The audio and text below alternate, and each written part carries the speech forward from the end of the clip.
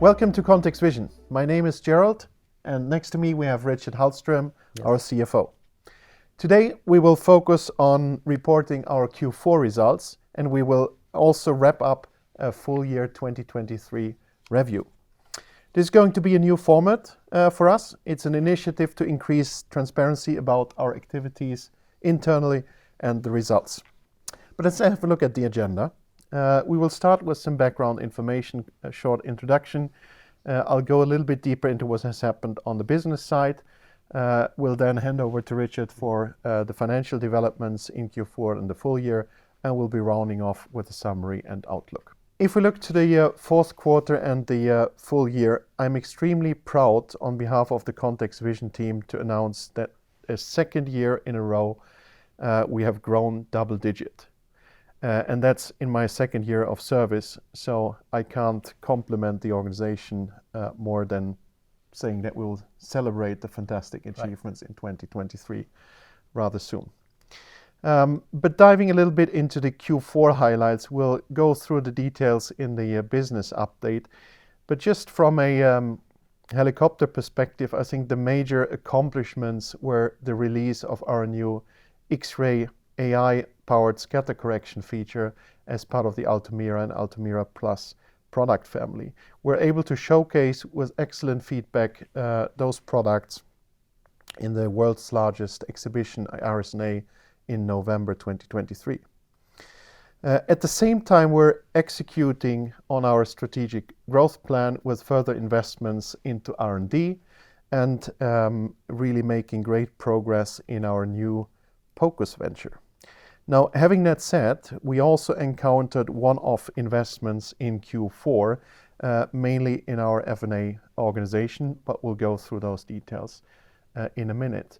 On the Q4 financials, let me just mention that we had another record Q4 sales, I should say, with 33.2 million on the top line and a lower EBITDA compared to previous year of 5.2 million. But for the full year, I think that seasonality has evened out and we were able to deliver earnings per share on the same level as the previous year. Top line came in at an all-time high for the company of 132.2 million SEK, which represents around 12% growth, out of which 5% were currency effects. So in summary, we're delivering 8% organic growth at 37% EBITDA. And I think that's fantastic and will allow us to even invest more into our future growth. So let's have a brief look into how the business overall developed. And first of all, let's have a look at the top line, which I think over many quarters in a row now shows consecutive positive growth, now trailing at 132 million SEK. And looking at the bottom line, you see the impact of two relevant strategic decisions in the company. Number one, to spin off our digital pathology business, which is now Inify Laboratories, almost 2 years ago, which showed a fast recovery of the bottom line. But then, as planned and announced earlier, the investment into our new venture POCUS, which also has an impact in the EBITDA as of Q3 2023. Now, looking forward, opportunities are clearly defined by updates and refreshments in our portfolio.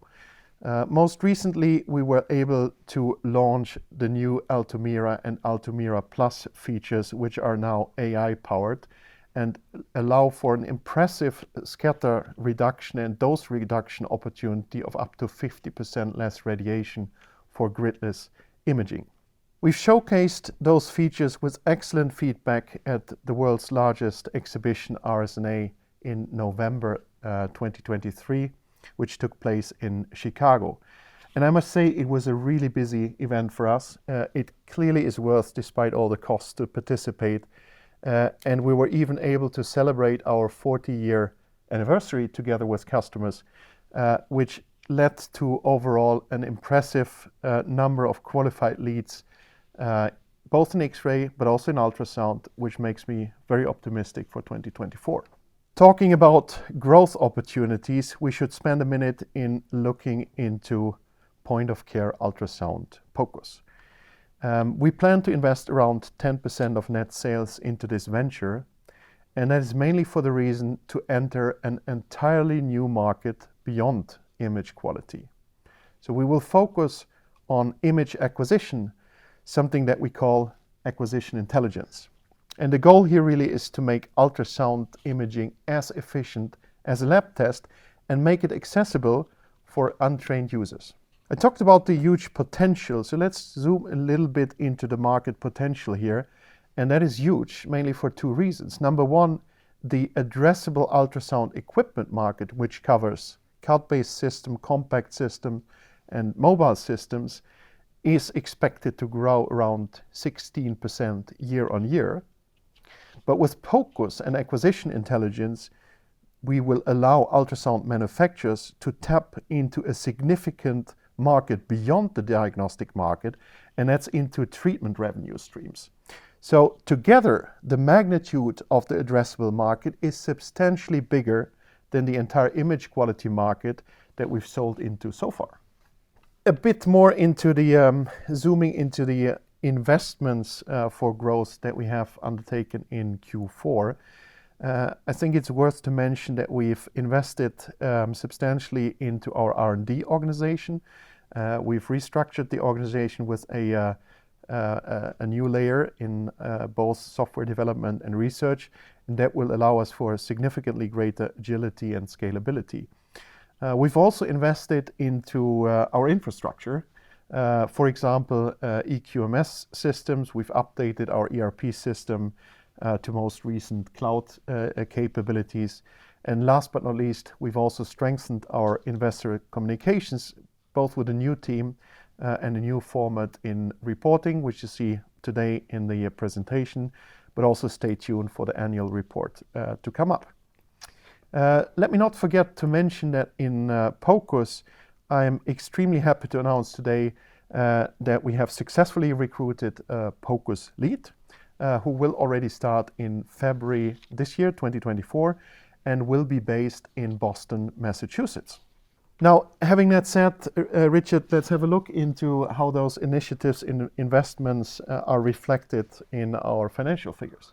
Okay, thank you then. Our net sales in the fourth quarter came in slightly above the same period last year with an increase of 2% or 33.2 million. This without any FX effect, since Swedish krona was actually strengthening in the fourth quarter. We've now managed to establish ourselves at the level around 32 to 33 million in the most recent 5 quarters, and this is even above the periods before that. For the full year, the net sales is up 12.2% and ended up at 132 million, which is actually an all-time high for the company. Out of the increase of 12.2%, 5.4% of that came from currency. However, the strong underlying growth in terms of net sales was supported by lifted travel restrictions as we managed to increase our share of wallet and also to strengthen our existing partnerships.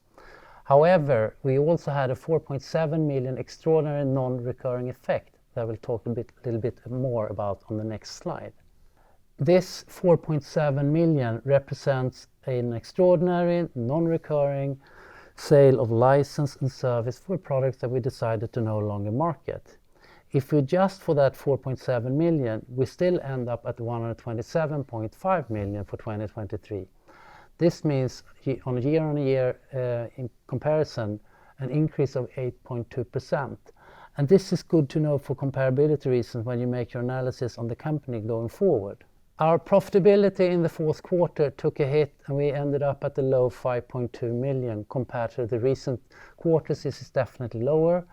The main reason for the lower profitability is that we've changed our accounting policy for capitalization. We've also increased personnel costs, whereas most of it is non-recurring. And as also stated before, we've invested in our RSNA, which is really investor relations, our quality management systems, as well as our ERP. The same one-offs also affect the full year EBITDA, which anyhow came in at a very strong 48.9 million, which is actually in pair with last year. If we look at the one-off effects in the fourth quarter, they sum up to roughly 3 million SEK. However, on top of that, we also invested into POCUS for almost 4% on net sales. And this is not a one-off. On the contrary, we will actually accelerate our investment for growth coming into 2024, especially on POCUS. Finally, our cash flow in the fourth quarter ended up at the negative 5.6. However, we had included a dividend of 11.6 million. Our full year cash flow ended up at 16.3 million, and that actually included 2 dividends that sum up to 23.2 million. This means actually that the underlying cash flow for the company is one of the strongest in the history ever for ContextVision. Finally, we ended up at a cash position of 58.1 million, and this means that we're definitely geared up for investments coming into 2024. And with that, Gerald, I hand it over to you for the summary and outlook. Thanks, Richard, for the financial update. It seems that in 2023 we've really managed well the timing of one-off effects on the top line and one-off effects on the cost side, so that earnings per share are on the same level as the year before. But we have started investing into our new POCUS venture. That's Definitely fantastic to hear. Now, reflecting in a summary on 2023 and looking into the future, I think it's fair to say that 2023 has marked a remarkable year with remarkable achievements and a remarkable strategic repositioning of ContextVision. And then both our record sales as well as the innovative product launches, they really underscore our commitment to innovation in medical imaging. And I must say, probably beyond the current scope and investments, is also fair to say that executing on our POCUS strategy, we will not only enhance our market presence, but we'll also drive meaningful advancements in healthcare overall. Yes. And having that said, I'm really confident in our direction, and I'm excited for what the future holds. So am I. Thank you, everyone. Thank you.